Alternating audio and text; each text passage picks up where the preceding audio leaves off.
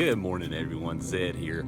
Today it's June 30th, it's Sunday, the day after the farmer's market, and today we are going foraging for blackberries and mushrooms. Hopefully we can get a good harvest. The target species are chanterelles and boletes. So let's start the hiking adventure and let's go find some edible species of mushrooms, maybe even some poisonous ones, and we'll just see what we can find.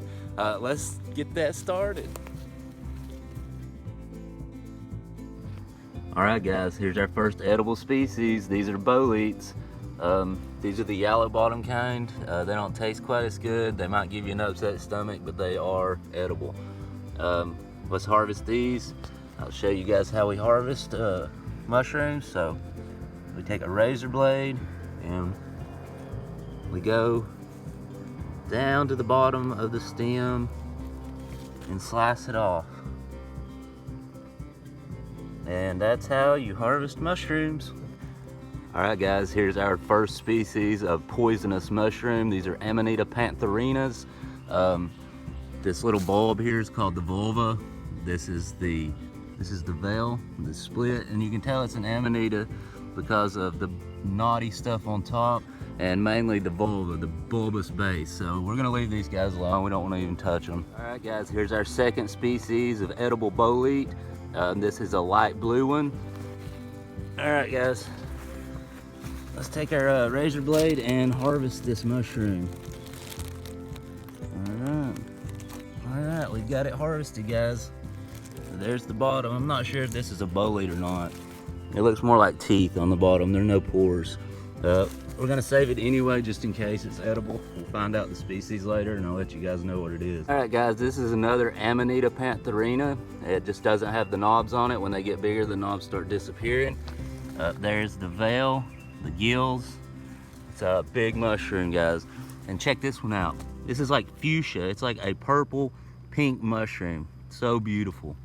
All right, guys, here's our second species of bolete. These are the red ones. These are just like the yellow ones. They're edible, but they might make your stomach upset.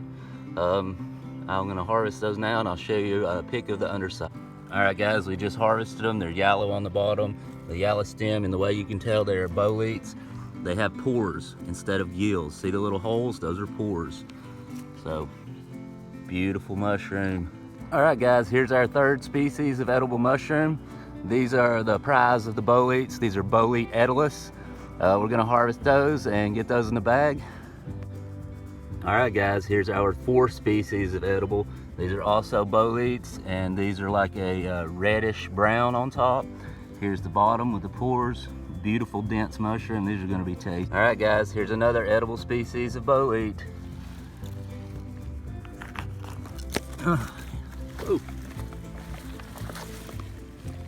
There's the bottom. This one's too far gone to be saved. So when they're too far gone to be saved, this is what you do when you're harvesting mushrooms.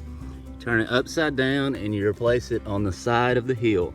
That way the spores can distribute into the environment and new mushrooms will come next year.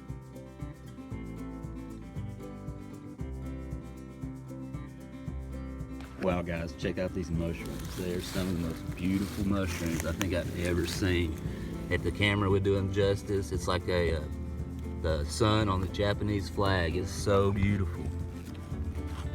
Beautiful mushrooms. They're pretty big too. Wow.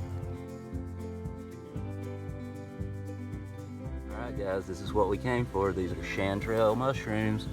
Check out the bottoms. Funny gills.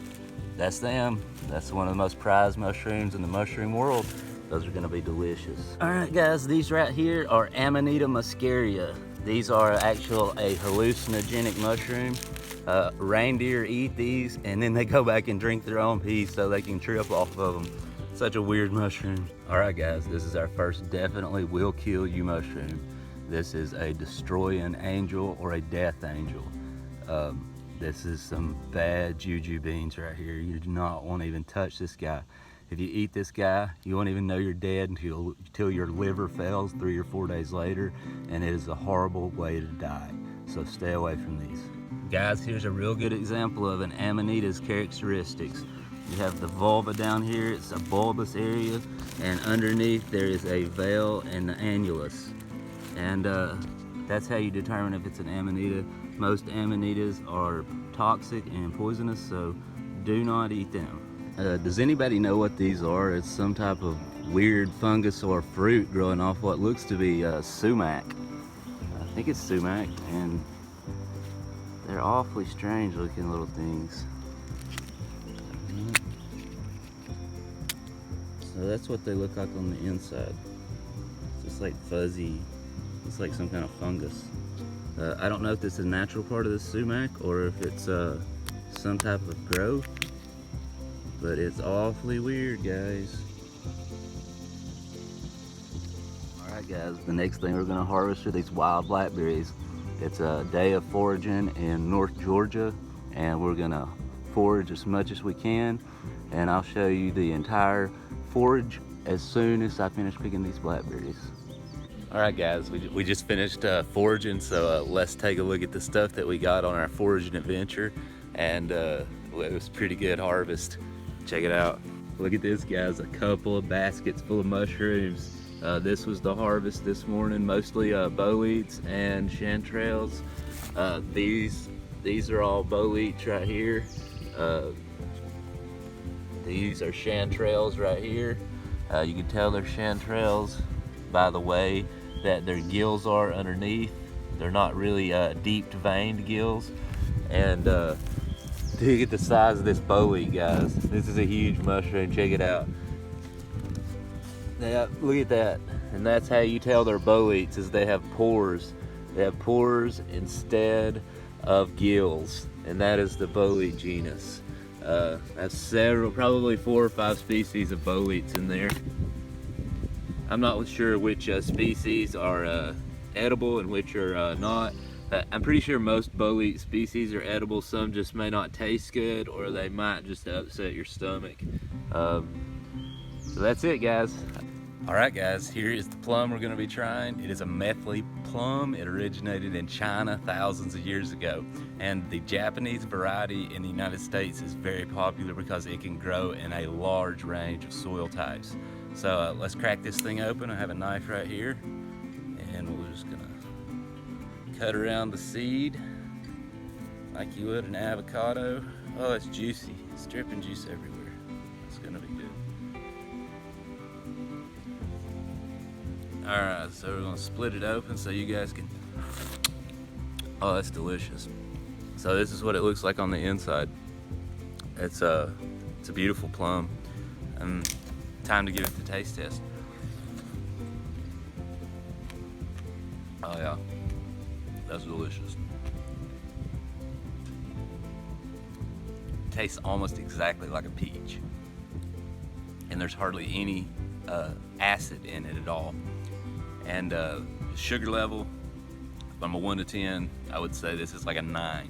So sugar being the 10, and this plum would be a 9. It's super sweet. Goodness, it squirted everywhere when I tried to bite it. It almost has a perfumey taste. It's very, very strange. It doesn't taste like a plum at all.